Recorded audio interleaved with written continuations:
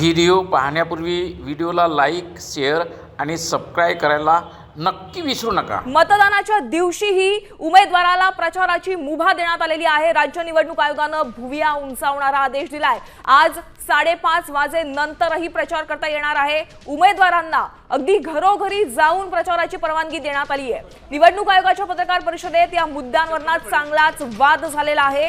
राज्य निवडणूक आयुक्तांना या संदर्भात विचारलं असता त्यांनी 2012च्या आदेशाचा दाखला देत या निर्णयाचं समर्थन केलेलं आहे। एक ऐतिहासिक निर्णय असा राज्य निवडणूक आयोगाने दिलेला आहे। आज 5:30 वाजल्यानंतरही प्रचार करता येणार आहे। तर मतदानाच्या दिवशी म्हणजे 15 तारखेला उमेदवाराला प्रचाराची मुभा देण्यात आलेली आहे। तर एक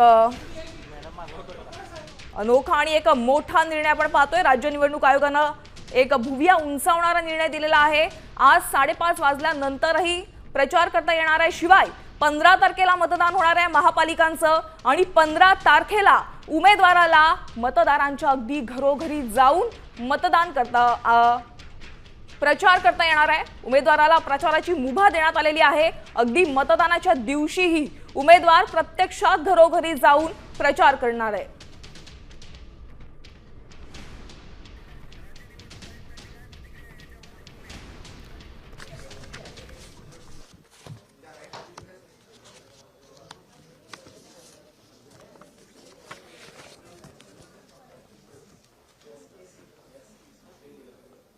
परत एकदा सांगू का?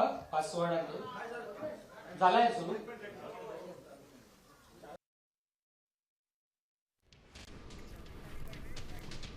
आमचे प्रतिनिधी रुपाली बडवे यांच्याकडून आपण अधिकचे अपडेट्स घेऊन जाणून घेऊयात। रुपाली, बघा, मतदानाच्या दिवशी देखील आता उमेदवाराला अगदी घरोघरी जाऊन प्रचार करता येणार आहे।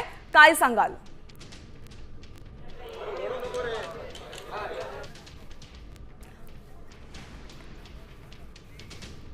वाचून दाखवतो। 2012 एक माझा ऐकून घ्या।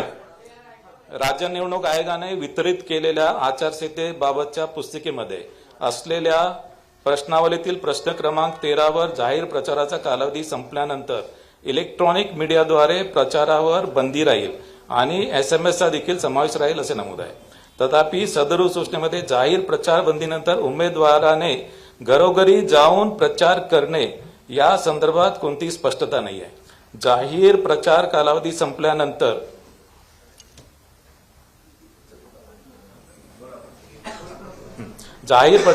संपल्यानंतर उमेदवार हे मतदान केंद्राचे 100 मीटर बाहेर मतदारांना भेटून तसेच घरोघरी जाऊन प्रचार करू शकतील, परंतु माईकचा वापर करता येणार नाही आणि उमेदवारांना समूहाने फिरता येणार नाही। आणि हा जो आदेश आहे हा 2012चा आदेश आहे। नवीन कोणता आदेश आणला मी?